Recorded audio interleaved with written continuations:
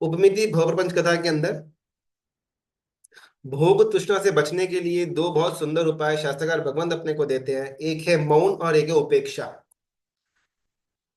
जहां जहां पर निमित्त मिले, भोग वासनाओं के अंदर या ऋषियों का विकार जहां पर हमारा बढ़ता हो, उस वस्तुओं का, उस जगह का या तो अपन उपेक्षा करें या फिर अपन उसके अंदर मौन रहे। बहुत सुंदर ना ये भोग तृष्णा से किस प्रकार जीव को बाहर निकालना, उसके लिए कथा उत्तरायण अध्ययन सूत्र के अंदर आती है।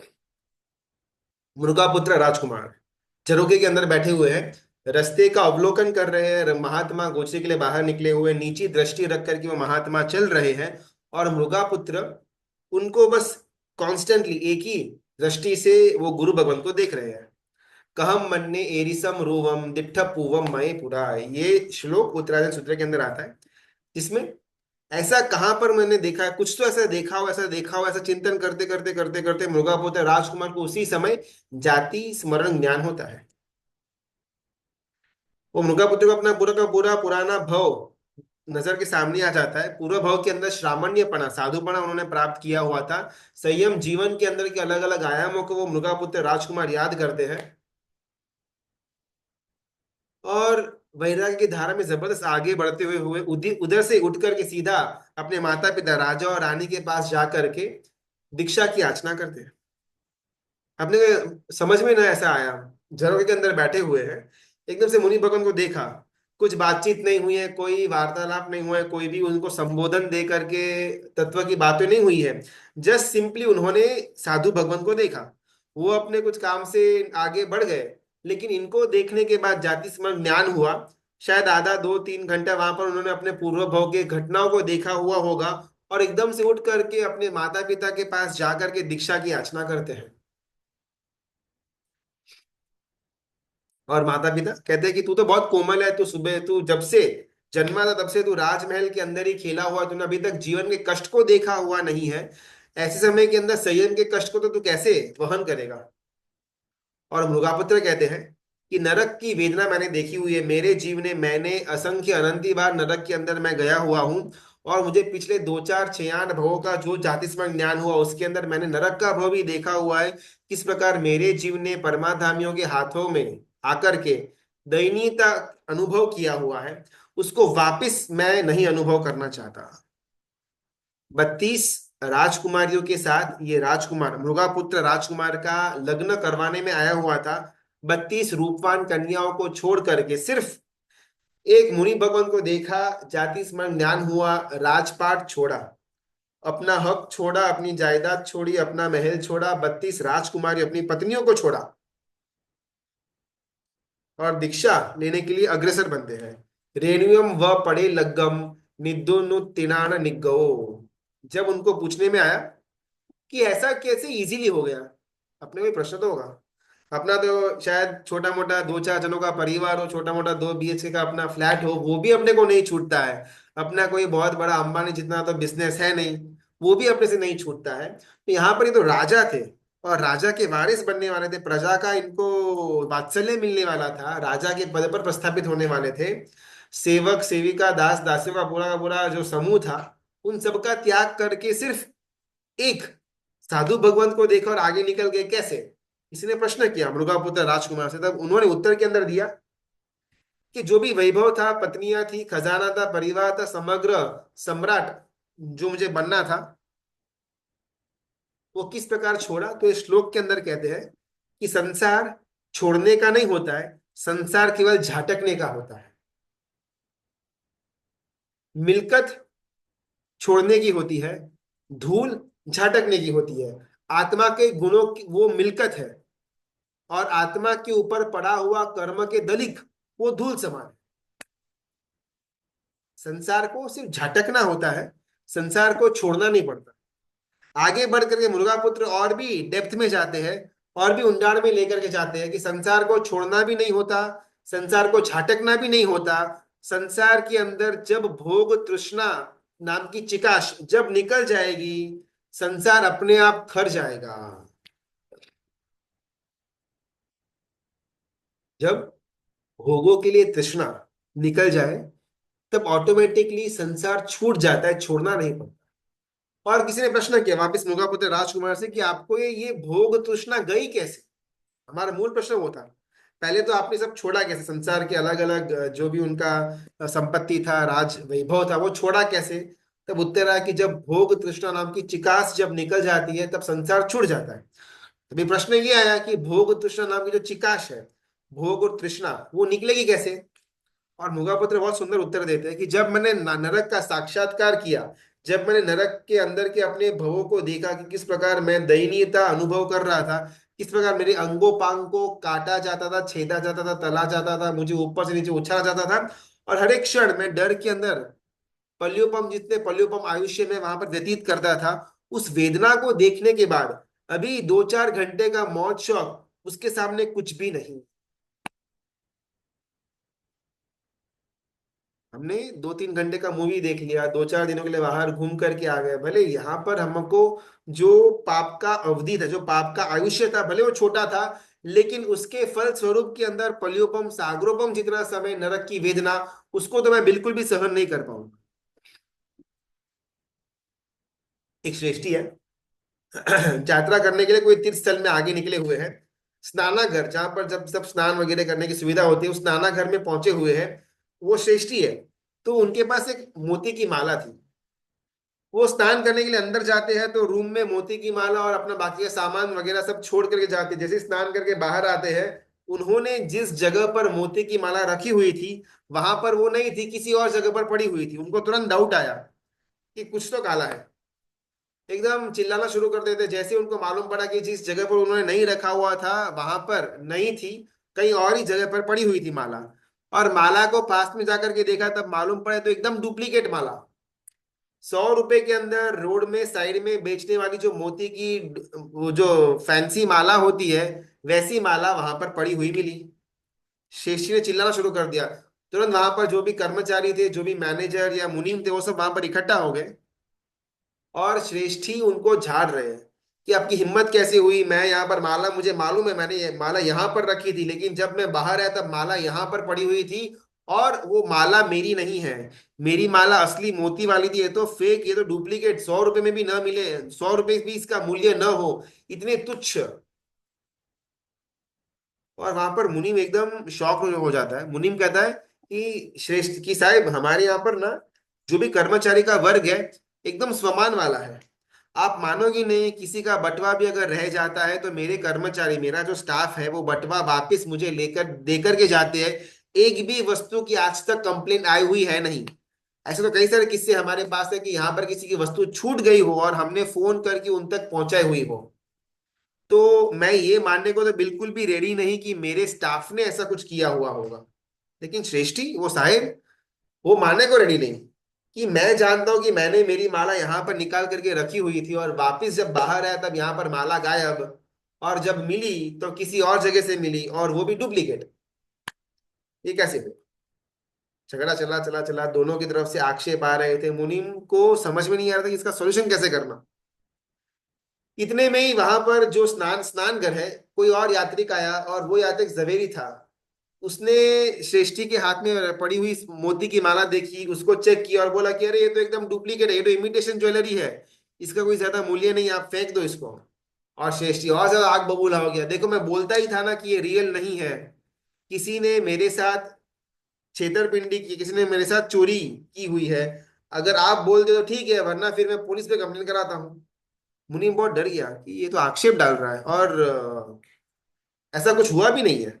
सारे कर्मचारी भी कसम खाते कि नहीं, हम अपने मालिक की, अपने माता पिता की कसम खाते कि हमने में से किसी ने भी इनकी माला को स्पर्श तक नहीं किया।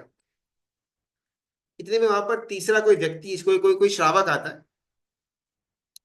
श्रावक यात्रालु था, प्रौढ़ श्रावक था, थोड़ा बहुत समझदार था, उसने देखा कि मामला क्या है। और वो जो भाई थे, वो श्रेष्ठी थे, उसको थोड़ा साइड में लेकर के गए और कान में कुछ 10 मिनट बातचीत की, और श्रेष्ठी एकदम शांत हो गया। पूरा का पूरा वहां पर जो क्राउड जम गया था स्नाना गृह के अंदर, वो भी अपने अपने काम में आगे बढ़ गया। मुनीम को भी उसके काम पर भेज दिया।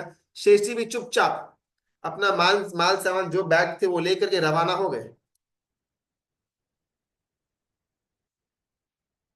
श्रेष्ठी घर पहुंच गए 2-3 दिन।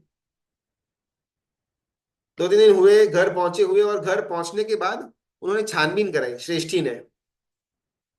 जिस जगह से उन्होंने मोती की माला खरीदी हुई थी, वो जगह पर जाकर के जब पूछ परछ करने में आई शक्ति पूर्वक, तब मालूम पड़ा कि ओरिजिनली उनकी जो मोती की माला थी वो पहले से डुप्लीकेट ही थी। श्रेष्ठी को ऐसा लग रहा था कि मैंने रियल मोती की माला ली हुई है, और जब उसका स्थानांतर हो गया, वो भी उनके कारण ही हुआ था, उन्होंने कहीं और रखी हुई थी, और उनको लगा, उनको ऐसा ऐसा आभास हुआ कि मैंने माला यहाँ पर नहीं रखी हुई थी। वो उनके अंदर का आभास प्लस उनकी पहले की मान्यता ये थी कि मैंने सच्चे मोती की माला ही मैंने पहनी हुई है। लेकिन जब एकांत में एकाएक उसको देखने का अवसर हुआ, तब उनको एकदम से स्ट्राइक हुआ कि भाई ये तो रियल नहीं है। अगर अपने को इतनी सी भूल समझ में आ जाए ना, तो अपनी सारी उपाधि नष्ट हो जाए। तावन मोक्षम नरो दृष्टि संसारम बहुमन्यते। जब तक मोक्ष की तरफ हमारी दृष्टि नहीं हुई है, तब तक संसार का राग खड़ा है। जब तक संसार का राग खड़ा है, तब तक भोग तृष्णा हमारी गई हुई है ही नहीं। संसार पहले से ही गलत था, संसार पहले से ही खोटा था। हार चला गया, हार चोरी हो गया, मेरा कुछ लुट गया, ये जो श्रेष्ठी की भ्रमणा थी, जब वो भ्रमणा दूर हुई, श्रेष्ठी को शांति मिली। हकीकत में वो भ्रमणा श्रेष्ठी को दुख दे रही थी। माला का इधर का उधर होना या फिर माला का चोरी होना, ये दुखदाई नहीं था। लेकिन वो माला रियल थी, वो माला प्राइसलेस अमाउंट की थी, वो जो भ्रमणा थी वो श्रेष्ठी के अंदर, वो उनको दुख दे रही थी। जब मालूम पड़ा कि उन्होंने माला ही फेक ली हुई थी, तब सारा गुस्सा शांत। भिखारी है, परिवार के साथ रास्ते के ऊपर फुटपाथ के ऊपर सो रहा है। स्वप्न आया, एकदम से हाथी वो भिखारी के ऊपर कलश ढोल रहा है। उसको एकाएक राजा बनाने में आ गया। पहले अपने आप ऐसी वैसी व्यवस्था थी कि अगर कोई राजा का कोई पुत्र नहीं है, और राजा का अगर अवसान हो जाता है, तो मंत्री वगैरह मिल करके पंच दिव्य के साथ हाथी के ऊपर कलश को रख करके पूरे नगर के अंदर हाथी को घुमाते हैं। हाथी जिसके ऊपर कलश को ढोले, वो व्यक्ति अगला राजा। ऐसी पहले के अंदर प्रथा थी। भिखारियों के ऊपर वो जो हाथी था वो कलश ढोलता है, और वापस उसको राजा घोषित करने में आता है। 1,000 राजकुमारियों के साथ उसकी शादी होती है। आजू बाजू के जो भी छोटे मोटे राज्य थे, एक एक राज्य को युद्ध करके जीतता जाता है ये हमारा राजा।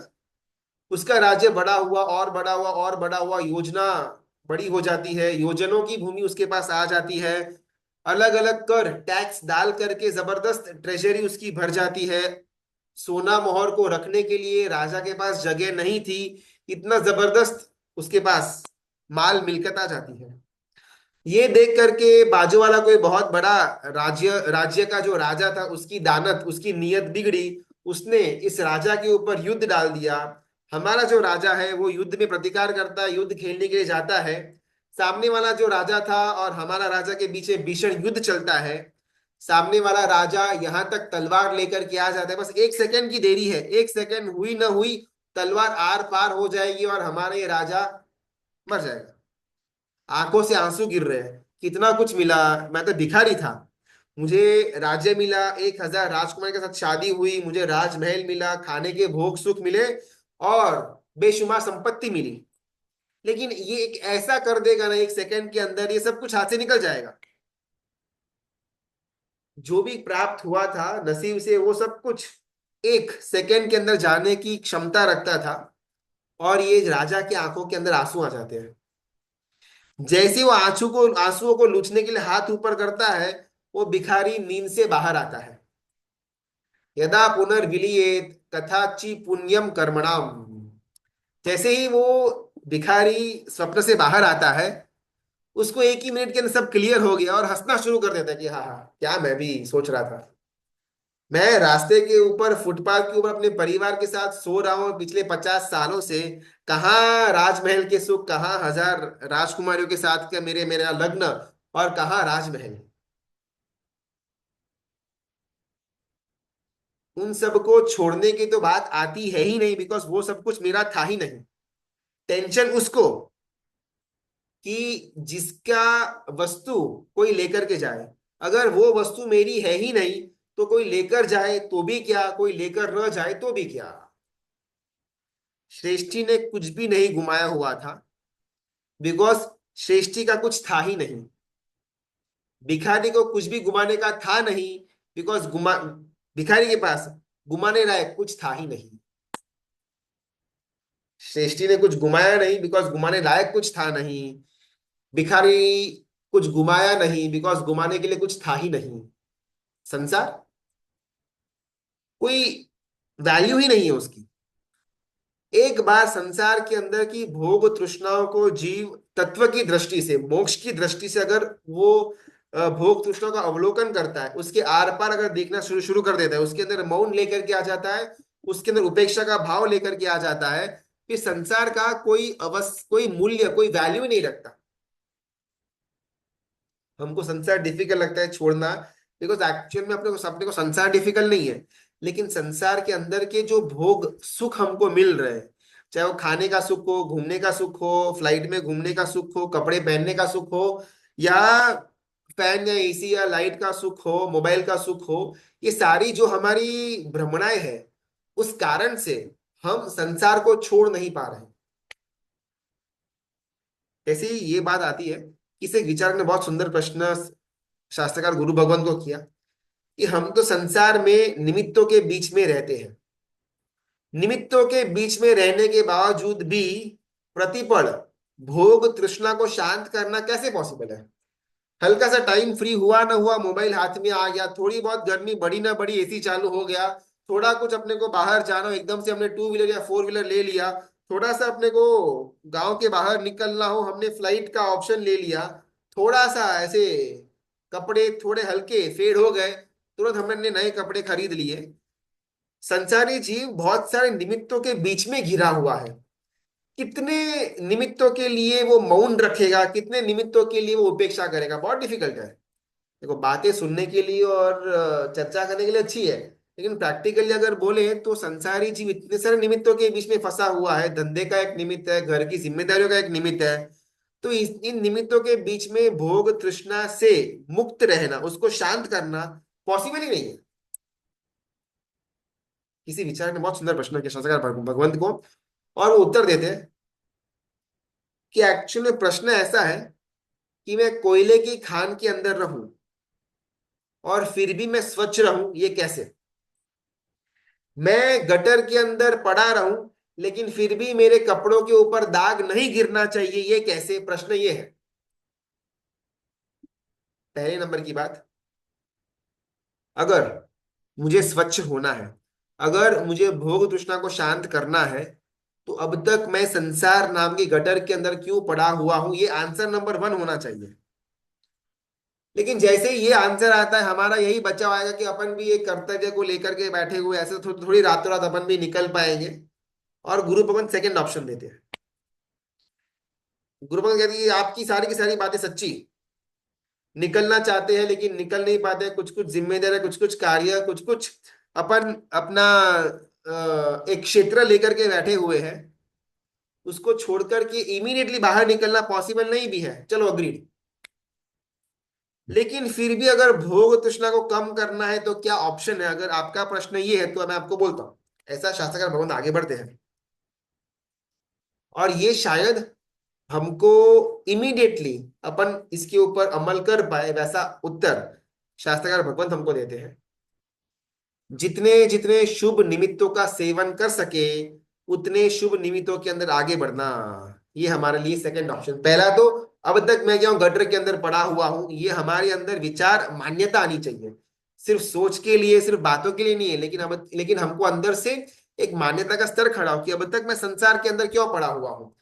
लेकिन फिर कुछ प्रैक्टिकल आंसर बाहर आए कि ऐसा ऐसा है, ऐसा ऐसा कर्तव्य बाकी, इसके लिए मैं नहीं निकल पा रहा। Okay, then answer number two, हो सके उतने शुभ निमित्तों का सेवन करना मैं शुरू कर दूं। मंदिर उपास्य के अंदर जितना ज्यादा समय मैं व्यतीत कर पाऊं, उतना ज्यादा समय मैं उसके अंदर दूं। परमात्मा की भक्ति हो, सामायिक हो, पौषध हो, स्वाध्याय हो, उसके अंदर जितना मेरा समय ज्यादा बढ़ पाए, उतना समय मैं उसके अंदर बढ़ाऊं। शायद जीवन के अंदर न्यूज़पेपर पढ़ना आवश्यक नहीं है, कट। उसके जीवन के अंदर टीवी देखना शायद आवश्यक नहीं है, बाहर निकाला। जीवन के अंदर मैगजीन हो, मोबाइल के अंदर का अतिरेक का उपयोग हो, वो शायद आवश्यक नहीं है, तो उसको मैंने कट करता हूँ। धंधे के लिए, काम के लिए अगर मुझे मोबाइल फोन का उपयोग करना पड़े तब वहां तक की छूट। उसके बाद बिल्कुल भी फोन को स्पर्श नहीं करना। ये हो सकता है तो ये हो सकता है।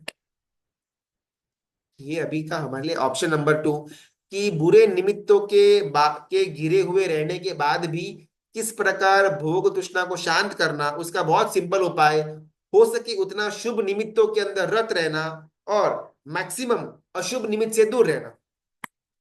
जो फ्रेंड सर्कल, जो फ्रेंड्स का ग्रुप हमको हिल स्टेशन के अंदर लेकर के जाए, क्लब के अंदर लेकर के जाए, मूवी देखने के लिए लेकर के जाए, रात को होटल के अंदर लेकर के जाए, उन सारे फ्रेंड्स का त्याग, उन फ्रेंड सर्कलों का त्याग। और यहाँ पर उत्तर आएगा कि ये तो बहुत डिफिकल्ट है। अपन जीवन के 25-50 साल एक एक फ्रेंड सर्कल के अंदर रहे हुए हैं। अभी वो सब मिल करके कहीं घूमने के लिए जाए तो मैं कैसे मना बोल सकता हूँ। वो सब मिल करके अगर रात को कुछ पार्टी करते हो या कुछ खाना वाना खाने बाहर जाते हो, लॉन्ग ड्राइव करने के लिए जाते हो, तब मैं कैसे मना बोल सकता हूँ। और यहाँ पर शास्त्रकार भगवंत जवाब देते हैं कि इसीलिए तो मैंने ऑप्शन नंबर 1 दिया था। ऑप्शन नंबर 1 पॉसिबल नहीं था, बिकॉज कुछ कुछ काम, कुछ कुछ कर्तव्य बाकी है, इसके लिए संसार में रहना पड़ रहा है। अगर जवाब ये है तो उन्हीं के सेकंड ऑप्शन हमारे पास मौजूद है। अगर संसार के अंदर मजा आता है रहने के अंदर, फिर तो क्वेश्चन ही पूरा हो गया। जब तक मैं उन अकल्याण मित्र, उन फ्रेंड सर्कल का त्याग नहीं करता कि जो मुझे भोग तृष्णाओं के अंदर बुरे निमित्त बना करके लेकर के जाए, तब तक मेरे अंदर भोग तृष्णा शांत हो पॉसिबल ही नहीं। मैं ऑन द कॉन्ट्ररी उन फ्रेंड्स को, उन कल्याण मित्रों के सर्कल के अंदर जुड़ जाऊं कि जो शिविर के अंदर हो, ध्यान शिविर हो, प्रवचन के अंदर हो, तत्वज्ञान की पाठशाला के अंदर मुझे लेकर के जाए। वैसे फ्रेंड सर्कल के अंदर अगर मैं शामिल हो सकता हूँ तो वेल एंड गुड। लेकिन जो जो मुझे सिनेमा के लिए, घूमने फिरने के लिए लेकर के जाते हो, वैसे बुरे निमित्त का तो इंस्टेंटली जीव को त्याग करना ही पड़ेगा। Option number 2। ऑप्शन नंबर 3, घर में ऐसा एक रूम हो, ऐसा एक गैलरी हो, ऐसा एक स्थान बनाने जैसा है कि जो उपाश्रय हो। अगर हमारा घर 2 BHK या 1 BHK 3 BHK का है, तो हो सके तो एक रूम, नहीं तो किसी भी एक रूम का एक भाग ऐसा हो जिसके लिए मेरे मन के अंदर वो स्थान, यानी कि मेरा उपाश्रय, वहां पर जाकर के मैं न संसार की कोई बात करूंगा, न मैं फोन के ऊपर वहां पर जाकर के कोई दूषण फैलाऊंगा, न वहां पर जाकर के मैं कोई कषाय या विषय की बातें करूंगा। वहां पर पहुंच गया वो स्थान के अंदर, यानी कि मैं उपाशय के अंदर पहुंच गया। भले वहां पर परमात्मा की कोई मूर्ति हो, हमारा परमात्मा का मंदिर हो, घर का मंदिर हो, चाहे कोई भी ऐसी स्थान हो, लेकिन घर के अंदर ऐसा एक स्थान होना चाहिए कि जहां पर संसार की एक भी वस्तु ना हो, वस्तु भी ना हो, विचार भी ना आए। कोयले की खान है ना, तो कोयले की खान शायद अपन फुल्ली क्लीन तो नहीं कर पाएंगे, लेकिन वो बड़ी कोयले की खान के अंदर छोटी सी ऐसी एक जगह स्वच्छ करके रखी हुई हो कि जहां पर जाकर के अपन बैठे और अपने आप को स्वच्छ अनुभव करें। घर के अंदर ऐसी एक जगह, एक रूम का भाग हो या एक रूम हो, जिसके अंदर परमात्मा का फोटो, परमात्मा की मूर्ति हो, चरित्र के उपकरण हो, ज्ञान के उपकरण हो, पुस्तक हो, प्रत हो, स्वाध्याय हो, कटासना हो, मुपत्ति हो, चरवला हो, ध्यान के कोई ना कोई साधन हो, जिसके अंदर मैं मौन रख करके बैठ पाऊं। भले दिन का 5 मिनट हो या 50 मिनट हो या फिर 2 घंटा हो, हमारी जैसी स्थिरता, हमारी जैसी अनुकूलता, लेकिन वो मेरे घर के अंदर का उपाश्रय को मैं यूज करूं, और वहां पर जाते ही इंस्टेंटली मैं संसार से कट ऑफ हो जाऊं। ये शायद हमारे लिए सबसे ज्यादा प्रैक्टिकल सॉल्यूशन। भले हम अपना पूरा का पूरा जीवन सर्ववीरति को ग्रहण करके उपाश्रय के अंदर न बिता पाए शायद, लेकिन पूरे दिन का कुछ एक फिक्स अमाउंट ऑफ टाइम अपन अपने घर के अंदर, जिसको हमने उपाश्रय का एक दर्जा दिया हुआ है, वैसे स्थान को, वैसे कमरे को, वैसे गैलरी को हम अपना रोज का कुछ समय दें, जिसके अंदर सिर्फ और सिर्फ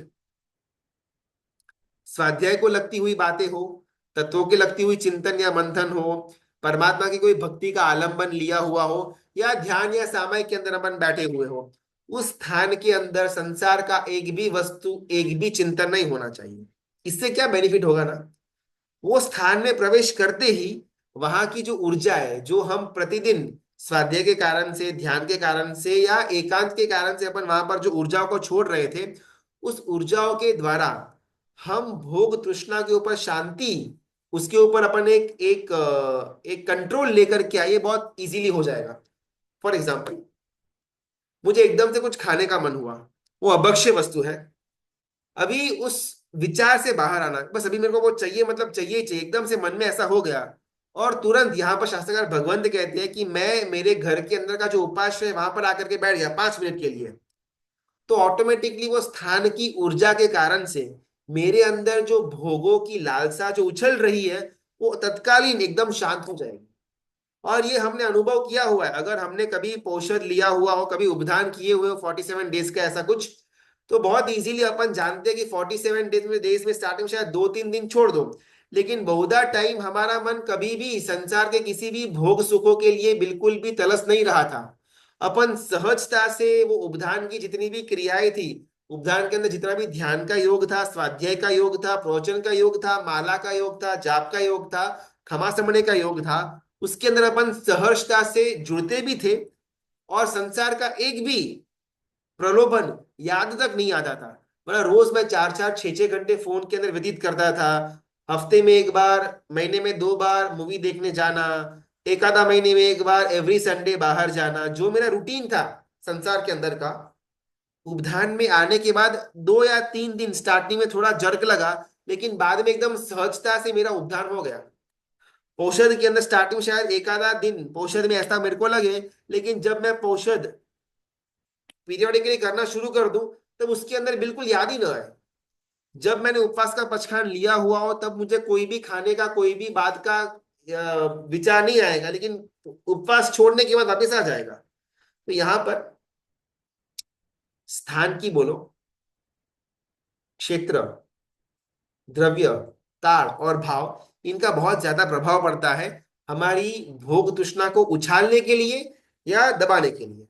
जैसे ही वो जीव जो ये उपदान वगैरह क्रिया के अंदर एकदम सहजता से अपने आत्म स्वभाव के अंदर लीन हो चुका हुआ हो, वैसा जीव जैसे ही वापस घर पर आता है, 2-4 दिनों के बाद, 2-4 हफ्तों के बाद, 2-4 महीनों के बाद, जैसा था वैसा का वैसा प्राय करके बन ही जाता है।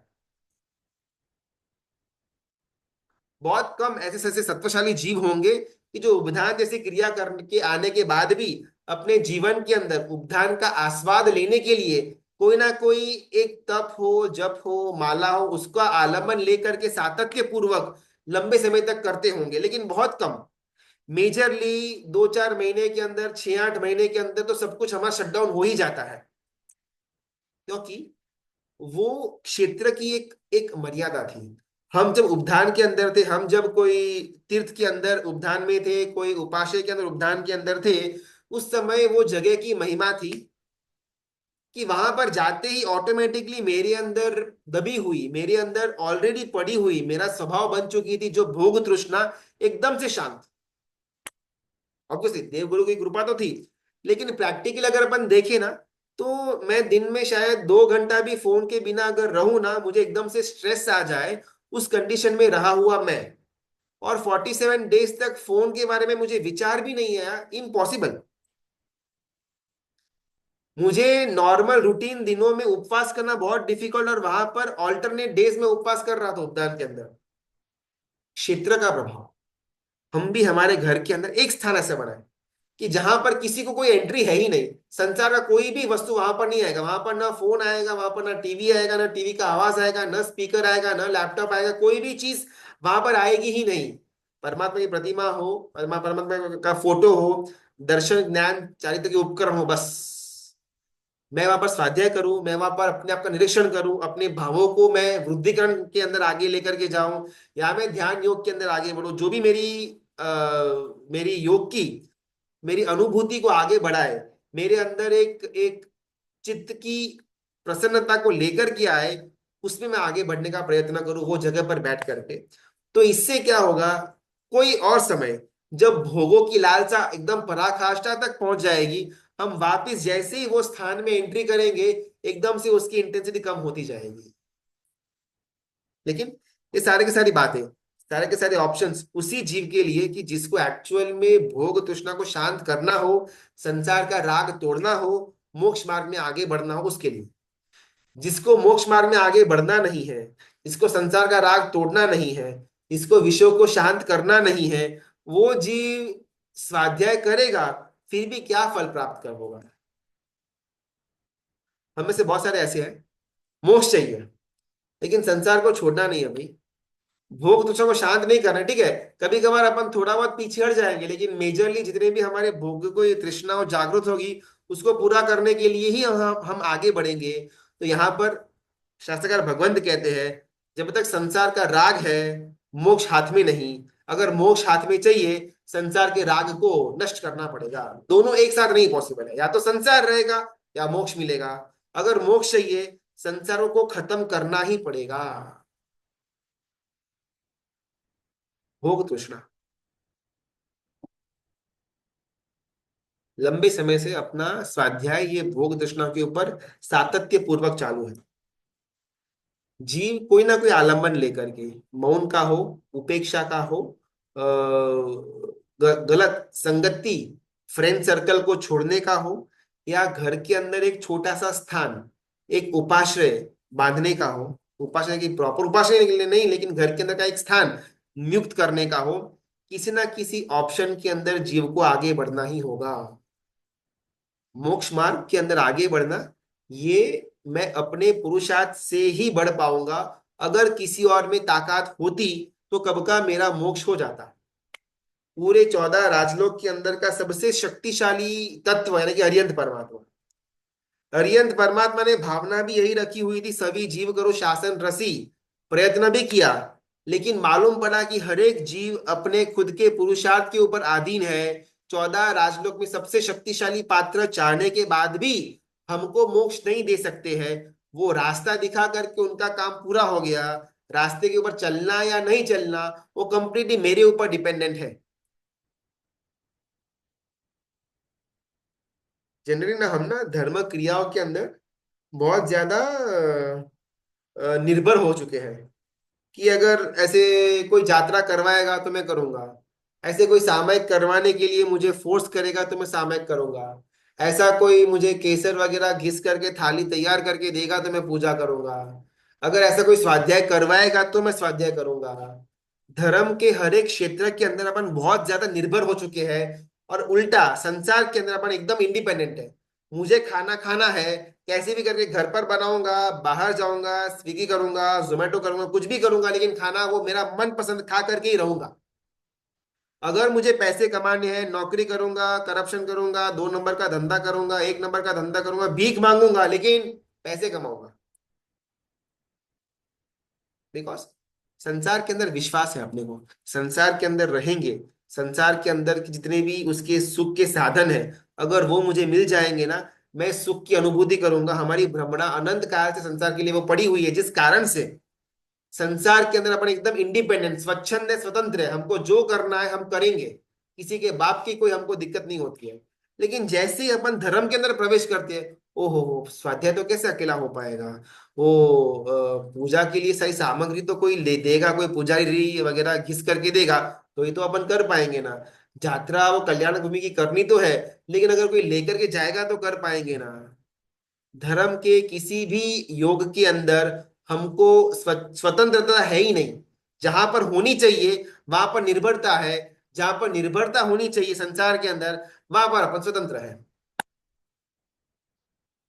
भोग तृष्णा के एंगल के अंदर शास्त्रकार भगवंत कहते हैं कि जब तक आत्मनिर्भर था, जब तक खुद पुरुषार्थ करके जीव भोग तृष्णाओं को शांत नहीं करेगा, तब तक अरियंत परमात्मा भी अगर सामने आ जाए, जो पॉसिबल ही नहीं है, लेकिन अगर आ भी जाए, वो भी हमारे अंदर की भोग तृष्णा को शांत नहीं करवा पाएंगे। बस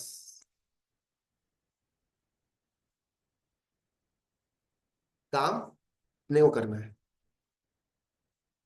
जो हमारा निर्भरता वाला था कि धर्म कोई और करवाएगा तो अपन खुशी खुशी कर लेंगे, वो वाला एंगल, वो मान्यता इस भोग तृष्णा के अंदर बिल्कुल भी नहीं चलने वाली। और जब तक भोग, मेरे खाने का लालसा हो या शरीर की लालसा हो या दृष्टि की लालसा हो या सुनने का कोई भी मुझे लालसा हो, जब जब मेरे अंदर ये भोग तृष्णा जागृत होती है, तब तक मैं संसार के अंदर डूबता हूं और भव भ्रमण मेरा बढ़ता है। जितना जितना मैं भोग तृष्णा से दूर भागता हूँ, भोगों की जो लालसा है उसको जितना मैं शांत करता हूँ, उतना मैं संसार से दूर और मोक्ष के नजदीक। अपने को ना पोपट की तरह स्टार्टिंग से सिखाने में आया हुआ है कि भाई धर्म करना तो किसके लिए, मोक्ष के लिए, मोक्ष के लिए, मोक्ष के लिए। ऐसा अपने को स्टार्टिंग से सिखाने में आया हुआ है। तो इससे हुआ क्या ना, हमारे अंदर ऐसा एक ग्रंथि बैठ गई, ऐसा एक मान्यता ने घर कर लिया कि अगर मैं इतना करूंगा मुझे मोक्ष मिल जाएगा, अगर मैं इतना करूंगा मुझे सदगति मिल जाएगी। लेकिन वो चीज करने के द्वारा मुझे मन के अंदर जो भोग विलासों को शांत करना था, जो मेरे अलग अलग विषयों की वृत्तियों को शांत करना था, वो एंगल हमको कभी मिला ही नहीं। और अगर मिला तो हमने उसके ऊपर काम किया ही नहीं। इससे बहुत बड़ा प्रॉब्लम क्या हुआ ना, कि जब जब धर्म करने का समय आएगा, हम उसके अंदर रत रहेंगे, लेकिन बाकी का बहुधा समय हमारा संसार की भावनाओं के अंदर रत जाता है। हमारे अंदर भी ना ड्यूअल पर्सनैलिटी होती है। बहुत सारी फिल्मों के अंदर आता है वो गजनी वगैरह टाइम के अंदर, कि हीरो को अलग अलग मानसिकताएं होती है। ड्यूअल पर्सनैलिटी, फिर मल्टीपल पर्सनैलिटी डिसऑर्डर। सिमिलरली हमको भी ऐसा ही है, ड्यूअल पर्सनैलिटी। अपन मंदिर के अंदर जाए, अपन उपासना के अंदर जाए, तो हमारा बोलने का ढंग, हमारा रवैया एक जैसा होता है। लेकिन जैसे ही वहां से अपन संसार के अंदर आ गए, हमारा बोलने का ढंग हो, हमारे विचार हो, हमारे रहन सहन, सब कुछ चेंज हो जाता है। जो बातें, जो दुष्ट विचार मैं उपाश्रय के अंदर नहीं कर सकता, परमात्मा के सामने मंदिर के अंदर नहीं कर सकता, अगर इतनी भी हमारे अंदर सेंस है, तो अगर हमने घर के अंदर एक छोटा ऐसा स्थान दिया हुआ हो, तो तुरंत वहां पर पहुंचने के बाद हमारे अंदर ऑटोमेटिकली वो शुभ विचार या फिर वो सदविचार आना शुरू हो जाएगा। और अनुक्रम से शायद अभी नहीं, 2 साल बाद, 5 साल बाद, 10 साल बाद, हमारा वो उपाश्रय का जो साइज है वो बढ़े, पूरा का पूरा घर हमारे लिए उपास्य लायक बन जाए, पूरे की पूरी हमारी सोसाइटी उपास्य जैसी बन जाए हमारे लिए, भले किसी और के लिए चाहे कुछ भी हो, लेकिन मेरे एंगल से मेरा कंप्लीट घर उपास्य जैसा बन जाए। और उसके बाद मेरा कंप्लीटली जितना भी जगह पर मैं जाता हूँ, मेरे लिए वो सारी की सारी जगह उपाश्रय में बन जाए। इसकी शुरुआत घर के अंदर, छोटा सा स्थान, जो हमने मेंटली एक लाइन मार्क की हुई है कि इस स्थान के अंदर संसार की एक भी वस्तु बिल्कुल भी आ नहीं सकती, उस स्थान से शुरुआत करने जैसी है। आज समय यहाँ पर अपन समाप्त करते हैं। कुछ प्रश्न है तो अपन फटाफट ले लेते हैं। एक जने का बहुत सुंदर प्रश्न आया हुआ था। भोग तृष्णा आती है जाती है, आती है जाती है, उसमें जीव कंट्रोल कैसे करे। अभी आइसक्रीम की लालसा हुई, कल करके हमको पिज्जा खाने का मन होगा, परसों मूवी देखने का मन होगा, उसके बाद के दिन हमको घूमने जाने का मन होगा। अब इसमें कुछ कुछ जगह पर अपन कंट्रोल कर पाएंगे, कुछ कुछ जगह पर अपन कंट्रोल नहीं कर पाएंगे। अपना भी शायद सत्व उतना तो नहीं है, भले बात के लिए अपन बोल दे कि हर एक भोग तृष्णा को शांत करो, लेकिन प्रैक्टिकली स्पीकिंग शायद हमारे लेवल के अंदर वो पॉसिबल ना हो पाए, हर एक भोग तृष्णा को शांत करना। उस समय क्या करना, फॉर एग्जाम्पल अगर मुझे अपक्ष खाने का मन हुआ हो ना, तो शायद मैं अपना वो जो घर के अंदर का उपाश्रय वाला एग्जाम्पल जो दिया लिया हुआ था, उसके अंदर आ जाऊं, अपने वो विचार को मैं शांत कर दूं। ओके, मैं जैसे ही बाहर आ गया, अभी मुझे बाहर वेकेशन के अंदर घूमने का विचार आया, अभी अप्रैल मई जून के अंदर गर्मी आएगी, इधर अपन बाहर घूम करके आते हैं हिल स्टेशन के अंदर, थोड़ा बहुत अपना माइंड भी फ्रेश हो जाएगा। अभी ये विचार आ गया वेकेशन का। अभी ये विचार ऐसा है ना कि ये लंबे टाइम तक रहेगा। ठीक है, छोटा मोटा कुछ पिज्जा विज़ा खाना था, वो एक आधा 2 दिन तक रहेगा, फिर अपना वो अपन भूल भी जाएंगे। लेकिन कुछ वेकेशन ऐसा हो, मुझे कोई नई गाड़ी खरीदना हो, मेरे धंधे को मुझे एक्सपेंशन करना हो, ये सारे जो संसार के पल्ले के विचार है ना, ये जो बड़े बड़े प्लानिंग, वो लंबे समय तक हमारे मन में रहेंगे। उस समय उसमें मेरी भोग तृष्णा को शांत मैं कैसे करूं। और बहुत सुंदर यहाँ पर उपाय शास्त्रकार भगवंत देते हैं, हो सके उतना पाप के कार्यों के अंदर विलंब करना। चलो वेकेशन जाना है ना, सबसे पहला मेरा स्टेप वन होगा कि जाने का जरूरत ही नहीं है। 2-4 दिन वहां पर जाओ, पैसे का धुआं करो, कर्मों का बंद करो, वापिस आकर के यहाँ पर फोटोज अपलोड करो, 10-15 दिन उस फोटो को देखे, उनको भी जाने का मन हो, करण करावन अनुमोदन तीनों का पाप का बंद मेरे को ही हो, ये सब झंझट में जाना ही क्यों। सबसे पहला मेरा लाइन ऑफ डिफेंस। लेकिन ये लाइन ऑफ डिफेंस भी ब्रीच हो गया कि नहीं नहीं जाना है भाई अपने को, अपने अकेले जाएंगे, किसी को बोलेंगे नहीं, किसी को फोटो वोटो वगैरह अपलोड करेंगे नहीं, ताकि हमारा आलम्बन नहीं करके कोई वहां पर ना पहुंच जाए, लेकिन भाई मुझे जाना तो है ही। ऐसा सेकंड लाइन ऑफ डिफेंस हमारा खड़ा हुआ कि ठीक है भाई, अगर जाना ही है ना, अपन कुछ टाइम इस पर सोचते हैं, रुको। ऐसा करते करते करते हमको हमारा विचारों को पोस्टपोन करना कि भाई अप्रैल मई में नहीं, थोड़ा अगर 2-4 महीने बाद जाए तो कैसा है। ऐसा करते करते करते अपने जो तृष्णा है उसका विलंब करते जाओ। फिर एक टाइम आएगा जब वो तृष्णा रह ना पाए कि नहीं बस जाना ही है, अभी फुल स्टॉप। ये कितना टाइम से अपन डीले कर रहे हैं, मैं कब का मन में सोच रहा हूँ कि गोवा जाना है, कश्मीर घूमना है, घूमना है, घूमना है, 2 साल हो गए, 5 साल हो गए, अभी तक मेरी इच्छा पूरी हुई है ही नहीं। और एकदम से वो इच्छा का जोर बढ़ जाए, अभी हर रोज हर पल हमको कश्मीर याद आता रहे, तब शास्त्रकार भगवंत कहते हैं कि वहां पर चले जाना एक बार। लेकिन वहां पर जाकर के तात्विक दृष्टि रखना। फॉर एग्जाम्पल कश्मीर की बात लेते हैं, पूरा का पूरा स्नो, सारा का सारा एक इंद्रिय जीव, जहां जहां पर मैं पैर रखता हूं वहां पर असंख्य अनंत जीवों को मैं डुबा रहा हूं। ये दृष्टि से आप स्नो के अंदर पैर रखना। जिस फ्लाइट में मैं जा रहा हूँ वो फ्लाइट असंख्य अनंत वायुकाय के जीवों की विराधना करके वहां पर पहुंचती है। तो मेरा 2 दिन का, 2 हफ्ते का, 20 दिन का जो टूर मैंने लिया था कश्मीर का, उसके अंदर अनंत अनंत जीवों का कच्चर घाण मैंने डाल दिया। ये दृष्टि रख करके वहां पर जाना, तो बेनिफिट क्या होगा। एक तो हमारा पाप का बंध एकदम अल्प होगा, बस अनुबंध के अंदर शुभता पड़ी हुई है। और सेकंड बहुत मेन बेनिफिट, वापिस आने के बाद अभी वो तृष्णा बिल्कुल भी जागृत होगी नहीं।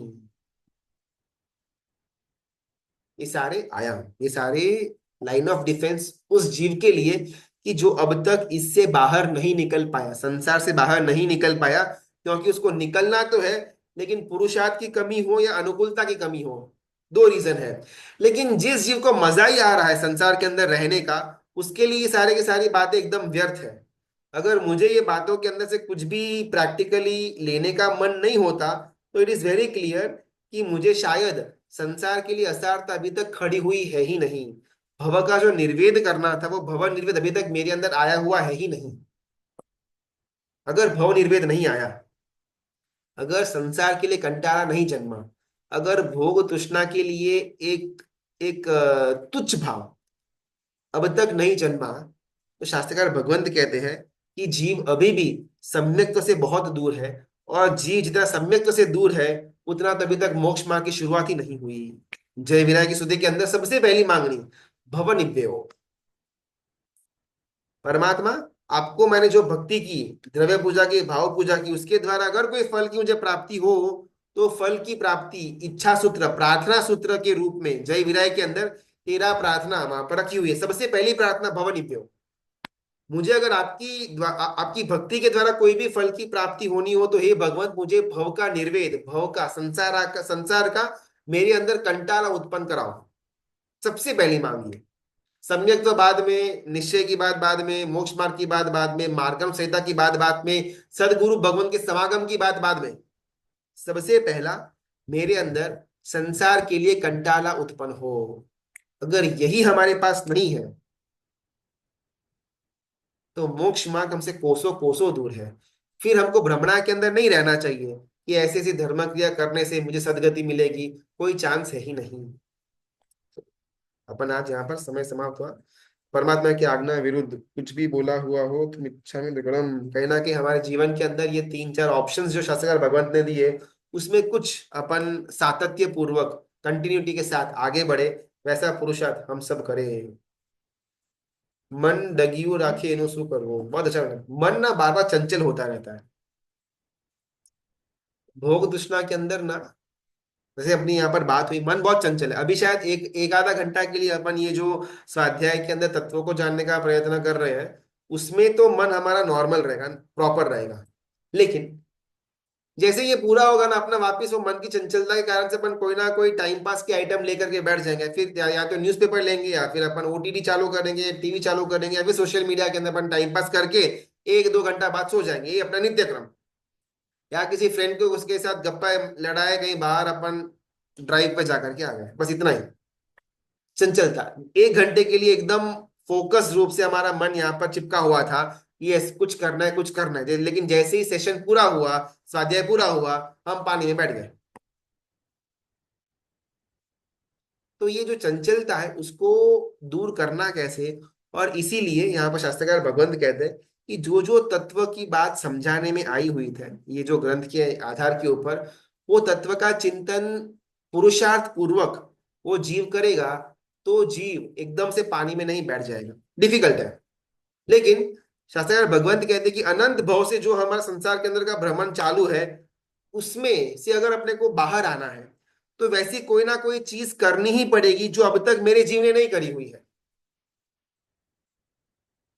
अब तक शायद ये संसार के लिए जो कंटाला है ना, मुझे उत्पन्न नहीं हुआ है, तो एकाएक उत्पन्न करना बहुत डिफिकल्ट होगा। लेकिन ये डिफिकल्टी वाला कार्य मुझे कभी ना कभी तो करना ही पड़ेगा, इस भाव में हो या 2 4 6 8 भाव के बाद हो। लेकिन अगर मुझे मोक्ष मार्ग में आगे बढ़ना है, ये भव निर्वेद तो उसका सबसे प्राथमिक रिक्वायरमेंट बन जाएगा।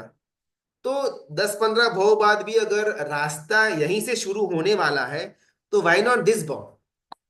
और काम अभी भी कठिन ही लगेगा, 10 15 भाव बाद भी कठिन ही लगेगा, बिकॉज कभी भी हमने किया हुआ है नहीं। जितना ज्यादा जीव पुरुषार्थ करेगा इसके अंदर, उतना उसको फल की प्राप्ति होगी। दीक्षापन सारी ने संसारपन सारो लागे। बहुत सुंदर प्रश्न। दीक्षा भी अच्छी लगती, संसार भी अच्छा लगता है। ऐसा कौन सा प्राणी होगा जिसको गटर भी अच्छी लगती है और उपवन भी अच्छा लगता है? ऐसा कौन सा बुद्धिमान जीव होगा कि जिसको स्वच्छ कपड़े भी पसंद है और दाग वाले कपड़े भी पसंद है?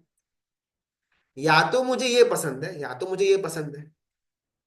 अभी जब मैं बोलता हूं कि मुझे स्वच्छ कपड़े पसंद है, मुझे गटर पसंद नहीं है, इट मेक सेंस। या फिर मैं ऐसा बोलूं, मुझे गटर ही पसंद है, स्वच्छ रहना पसंद नहीं है, इट मेक सेंस। लेकिन अगर मैं ऐसा बोलता हूँ कि भाई मुझे गटर भी पसंद है, मुझे स्वच्छ रहना भी पसंद है, तो कॉन्ट्राडिक्टरी है, ये पॉसिबल है ही नहीं। हमारे यहाँ पर ना शास्त्र के अंदर ग्रंथ में बहुत सुंदर बात आती है, वंध्या पुत्र, ऐसा एक बिरुद है। वंध्या यानी कि वो स्त्री जो कभी भी जन्म नहीं दे पाएगी, जो कभी भी गर्भ को धारण नहीं कर पाएगी, उसका पुत्र पॉसिबल ही नहीं है।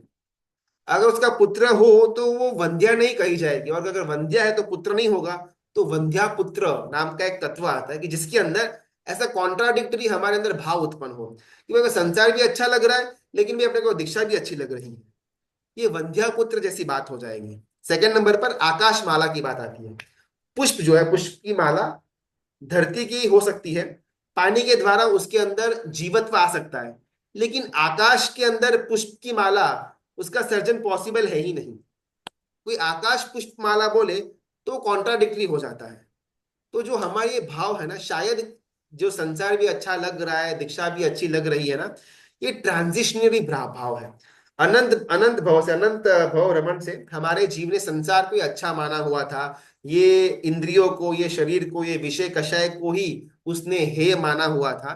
तो इस कारण से हमारी बुद्धि वहां पर चिपकी हुई है। अभी धीमे धीमे हमको प्रकाश, ज्ञान का प्रकाश मिल रहा है कि ये वस्तु इतनी कुछ बेटर नहीं है, इससे तो कहीं ज्यादा अच्छी वस्तु संयम के अंदर, सरलवीर्य के अंदर, मोक्ष मार्ग के अंदर पड़ी हुई है, जिसमें शाश्वता सुख हमको मिलेगा। तो जीव की अभी तक जो इंडिपेंडेंट उसकी मान्यता अभी तक क्लियर नहीं हो पा रही है। मन यहाँ पर चिपका हुआ है संसार के अंदर, लेकिन एट द सेम टाइम यहाँ पर शाश्वत सुख का जो फल दिखाया हुआ है, मोक्ष रूपी फल, उसमें भी आस्था तो बैठ रही है। तभी मन दोनों के बीच में झोला खा रहा है। क्या संसार इतना तो सुखी लग रहा है, अपना भी अच्छा एक परिवार है, शरीर अच्छा है, थोड़ा बहुत अच्छा अपना पैसे भी पड़े हुए हैं, संघ के अंदर या सोसाइटी के अंदर अपना नाम भी अच्छा है, कुछ इतना मेजर प्रॉब्लम मुझे लग नहीं रहा मेरे जीवन के अंदर, तो ये असर कैसे लग रहा? ये हमारा एक विचार। एट द सेम टाइम अलग अलग ग्रंथों के द्वारा, गुरु भगवंतों की वाचनाओं के द्वारा, प्रवचनों के द्वारा द्वारा तत्वों के द्वारा, स्वाध्याय के द्वारा अपने को बार बार हैमरिंग करके यही समझाने में आ रहा है, संसार असार है, संसार असार है, मोक्ष में जाने जैसा है, मोक्ष मार्ग में आगे बढ़ने जैसा है। अभी दोनों कॉन्ट्राडिक्टरी हो रहा है। तो अपना मन ना भी ट्रांजिशनरी फेज के अंदर है। संसार ऐसे तो अच्छा है, लेकिन संयम भी अच्छा है। अभी ये फेस तब चेंज होगा जब बार बार तत्व का चिंतन करने में आएगा, तब संसार धीमे धीमे असार लगना शुरू होगा और संयम ही सार है लगना शुरू हो जाएगा। अभी इस समय अगर मैंने तत्वों की चिंतना करना बंद कर दिया, रिवर्स, संसार मुझे ज्यादा प्रेम, ज्यादा सुखकारी लगेगा, और संयम या मोक्ष मार्ग ठीक है अभी नहीं तो बाद के भव के अंदर देखा जाएगा, ऐसे करके मैं छोड़ दूंगा। ट्रांजिशनरी फेज के अंदर ना बहुत ज्यादा भार रहता है कि अगर बिल्कुल थोड़ी सी भी चूक हो गई ना, जो यहां तक हम चढ़े थे वो एकदम से गिर जाएंगे। कोई व्यक्ति है, वो नीचे चल रहा हो, और एक व्यक्ति है जो पहाड़ के ऊपर चल रहा हो। अगर नीचे चलने रोड पर चलने वाला व्यक्ति गिरेगा, ज्यादा चोट नहीं लगेगी, लेकिन पहाड़ के ऊपर चलने वाला व्यक्ति अगर गिरेगा ना, शायद जान निकल जाएगी। अभी ट्रांजिशनरी फेज के अंदर अपन पहाड़ तक नहीं पहुंचे हैं, लेकिन आधे रास्ते तक पहुंच गए। अपन हिंगलाज के हड़ा तक पहुंच गए, अभी तक दादा आदिनाथ का दरबार नहीं आया हुआ है। लेकिन अगर हिंगलाज के हड़े पर आने के बाद ही पैर फिसला तो सीधा खाई के अंदर गिरेंगे, संसार की खाई के अंदर गिरेंगे। तो ये जो ट्रांजिशनरी फेज अपने अंदर आया हुआ है, इसके अंदर बहुत ज्यादा हम चिंतन तत्वों का लेकर के संसार की असारता को अपन अंदर में महसूस करवाए, जबरदस्ती करवाए, ये बहुत आवश्यक है। अगर ये नहीं हुआ, आधे रास्ते में गिर गए, पूरा का पूरा सत्यानाश हो जाएगा। अभी तो सब शादी भी रिजॉर्ट में होती है तो मोस्टली तो जाना पड़ता है, और वहां तो पूरा ग्रास ही होता है, फिर क्या करें। वैसे तो अवॉइड ही करते हैं, लेकिन फिर भी कहीं तो जाना ही पड़ता है। सबसे पहला ना, संसार के अंदर का मेरा व्यवहार कितना तक होना, कहाँ तक होना। हमने कुछ समय पहले निश्चय और व्यवहार की बात करी हुई थी। निश्चय यानी कि मेरे अंदर की मान्यता, और व्यवहार यानी कि बाहर में काया से जो क्रिया कर रहा हूं वो। परमात्मा की मैं पूजा, ये मेरा व्यवहार है, अंग से जो मैं पूजा करता हूँ। लेकिन इसके द्वारा मेरे अंदर गुणों की प्राप्ति हो, दोष मेरे कम हो, ये मेरा निश्चय। सामयिक मैंने वो करी मंदिर वगैरह उचरा एरिया विया वगैरह किया, ये मेरा व्यवहारिक सामयिक। मैं 48 मिनट्स के लिए बैठा, लेकिन उसके अंदर मुझे अंदर में समता रस प्रकट हो, ये निश्चय रूपी सामयिक। तो निश्चय रूपी सामयिक को प्राप्त करने के लिए मैंने व्यवहारिक सामयिक का ग्रहण किया। निश्चय रूपी गुणों की प्राप्ति करने के लिए मैंने व्यवहारिक जगत के अंदर परमात्मा की पूजा की। वैसे ही संसार के अंदर भी निश्चय से मुझे तो संयम मार्ग के अंदर ही जाना है, मुझे तो सर्वविधि के अंदर ही जाना है, मुझे तो मोक्ष मार्ग में आगे बढ़ना है, ये मेरा निश्चय। लेकिन अभी वो स्टेज आया नहीं, अभी अनुकूलता नहीं मिली है, पुरुषार्थ अभी उतना स्ट्रांग नहीं है। तो जब तक वो न हो तब तक मेरा यहाँ पर व्यवहार, संसार भी व्यवहार चलता रहेगा। अभी वो व्यवहार कितना चलना, कितने लिमिट तक अपने अपन उसको लेकर के जाना, इतना विवेक जीव को होना चाहिए। अभी जैसे शादी की बात हुई, रिजॉर्ट वगैरह के अंदर आती है, तो शादी में जाना या न जाना, सबसे पहला प्रश्न वो। अगर जिसकी शादी हो रही है वो मेरे कर्तव्य के अंदर आता है, मेरा बेटा है, मेरी बेटी है, मेरा भाई है, बहन है, या फिर ऐसा कोई एकदम निकट का व्यक्ति, कि हमको मालूम है कि अगर हम उसके शादी में नहीं जाएंगे ना, उसको बहुत दुख होगा। प्रामाणिकता से ये सब अपने को ना अपने अंदर कॉन्वर्सेशन को लेकर के आने का है, किसी बाहर को दिखाने के लिए बात नहीं है, लेकिन प्रामाणिकता पूर्वक अपने को अंदर में वे करना है कि अगर मैं उसके शादी में नहीं जाऊंगा तो क्या एक्चुअल में उसको दुख होगा। बहुत बार कैसा होता है ना, वो जो जिसकी शादी में अपन जा रहे हैं ना, उसको शायद मालूम भी नहीं होगा कि अपन आए क्या ना आते। अपन वहां पर खाने के अंदर इतने व्यस्त हो चुके हैं, 2-2 घंटे तक वहां पर पड़े हुए हैं, कि यहाँ पर जो शादी चल रही है, फिर यहाँ पर जो फोटो सेशन चल रहा है, अपन ऑलमोस्ट गायब है। ठीक है, हल्का एक दो जने को मिल करके अपन खाना वाना खा करके वहां से निकल गए, तो सामने वाले को मालूम भी नहीं पड़ा कि अपन वहां पर थे या नहीं थे। तो वैसी शादी के अंदर जाने का तो कोई मतलब बनता ही नहीं है। लेकिन प्रामाणिकता से मुझे मालूम है कि अगर मैं सामने वाले की शादी में नहीं जाऊंगा ना, उसको बहुत हर्ट फील होगा। तो उस समय मेरा कर्तव्य बनता है कि मैं उस शादी के अंदर जाऊं। अभी जैसे कोई व्यक्ति, अपन जब बचपन में छोटे थे ना, तब गली के अंदर क्रिकेट खेलते थे। तो पहले के टाइम के अंदर क्या था ना, वो जो नालियां थी ना, वो नालियां सारी ओपन थी। तो बहुत बार वो क्रिकेट का जो बॉल था ना, वो नाली के अंदर गिर जाता था। तो नाली तो पूरी वो काला काला गंदा पानी उसके अंदर रहता है, लेकिन जिसने शॉट मारा उसको बॉल लेकर के ना, ऐसी हमारे टाइम पर वो एक रूल था। तो बॉल लेने के लिए भी ना, बिल्कुल भी पैर अंदर रखेंगे नहीं, एकदम झुकेंगे। सिर्फ ये उंगली का इतना हिस्सा और ये अंगूठे का इतना हिस्सा ही वो गंदे बॉल को टच होगा, बाहर लेकर के आएंगे, बॉल को साफ कर देंगे, फिर वापस गेम खेलना शुरू। बिकॉज मालूम है कि गटर के अंदर जाना वो उचित नहीं है, लेकिन जाना पड़ रहा है बिकॉज बॉल अंदर पड़ी हुई है, बॉल के बिना अपनी गेम आगे बढ़ेगी नहीं। एग्जैक्टली सेम लॉजिक यहाँ पर अप्लाई करना है। मालूम है कि ग्रास के अंदर, रिजॉर्ट के अंदर जाने से भोगों की आसक्ति, तृष्णा का वो जो एक विष है वो मेरे अंदर बढ़ेगा, लेकिन जाना पड़ेगा, कर्तव्य है, सामने वाले को बहुत बुरा लगेगा। तो प्रामाणिकता से हो सके उतना एकदम मिनिमम व्यवहार करके अपन वहां से निकल पाए, वो ध्यान में रखना। चलो आपको बुरा लगेगा ना अगर मैं नहीं आऊंगा, तो मैं आऊंगा, आधा घंटा, 1 घंटा, 2 घंटा आपको मिल करके आपका वो जो भी प्रसंग है उसमें अपनी अटेंडेंस दे करके चला जाऊंगा, इतना काफी है तो ओके। अभी उसके बाद अपन 2 2 दिन वहां पर रिजॉर्ट में रहे, वहां पर जितने भी वो अलग अलग फंक्शंस हो, सारे के सारे फंक्शंस के अंदर हाजिरी देना, जितनी भी डिशेस वहां पर रखी हुई है सारी की सारी डिशेस को चखना, ये शायद जरूरी नहीं है। गटर के अंदर मैं पैर रखूं, अपना हाथ रखूं, कपड़े रखूं, वहां पर सो जाऊं, ये आवश्यक नहीं है। बॉल लेना था, बॉल ले लिया, काम खत्म। वहां पर सामने वाले को मिलना था, उसको हर्ट ना हो, मैंने मिल लिया, अच्छी 2 4 बातें कर ली, आधा 1 2 घंटा मैंने वहां पर टाइम स्पेंड कर लिया, तुरंत बाहर। लेकिन नहीं भाई, रिजॉर्ट में है, जाना तो पड़ेगा, 3 दिन का अपने को इनविटेशन है और अपन 3 के 5 दिन वहां पर पड़े रहे, ये उचित नहीं। हाँ, किसी को शायद हाथ ऊंचा था, श्रोता की कुछ बोलना है तो बोल सकते हैं, वरना अपन सेशन को एंड करते हैं। हाँ, प्रणाम गुरुजी। गुरुजी, बस ये इतना था कि अब भोग तृष्णा जैसे हमको ऐसा कर रहे हैं, चलो अभी मतलब उसको मतलब अवॉइड कर रहे हैं, तो ये उपशांत ऐसे नीचे तो नहीं बैठ रही, मतलब ऐसे वापस कभी ऐसे मतलब बोल रहे हैं ना उसको अपन पूरा नष्ट कर रहे हैं कि उसको दबा रहे हैं बहुत सुंदर। वापस ऐसे दो है, उपशम और क्षय। क्षय यानी कि मैंने उसको कंप्लीटली समाप्त कर दिया, और उपशम मैंने दबाया। अभी हमारा जो जीव है ना, वो जीव क्षयिक समकिति नहीं है। अपन थोड़ा टेक्निकल टर्म्स यूज करते करते हैं ताकि इसको प्रॉपर समझ पाए। 3 प्रकार के सम्यक्त्व, क्षायिक, क्षयोपशमिक और औपशमिक। क्षायिक यानी कि उसने अपने अंदर की जो संसार की इच्छाएं है, तृष्णा है, उसको समाप्त कर दिया हुआ है हमेश के लिए। अभी वो जीव चाहे नरक के अंदर जाए, देवलोक में जाए, तिर्यंश में जाए, मनुष्य में आए, वो जीव को कभी भी संसार के अंदर मजा नहीं आने वाला। उसको क्षायिक समकिति कहेंगे। जैसे सैनिक महाराजा हो, रावण हो गए, या कृष्ण महाराजा हो गए, इस सारे के सारे के सारे क्षायिक समकिति। अभी अपना तो वो लेवल है नहीं, तो अपना तो हमेशा के लिए हमारे अंदर एकदम से वो शुद्धता ही रहेगी, संसार के लिए बिल्कुल भी अंदर में मोह नहीं जागृत होगा, वो दशा अपने लिए पॉसिबल है ही नहीं।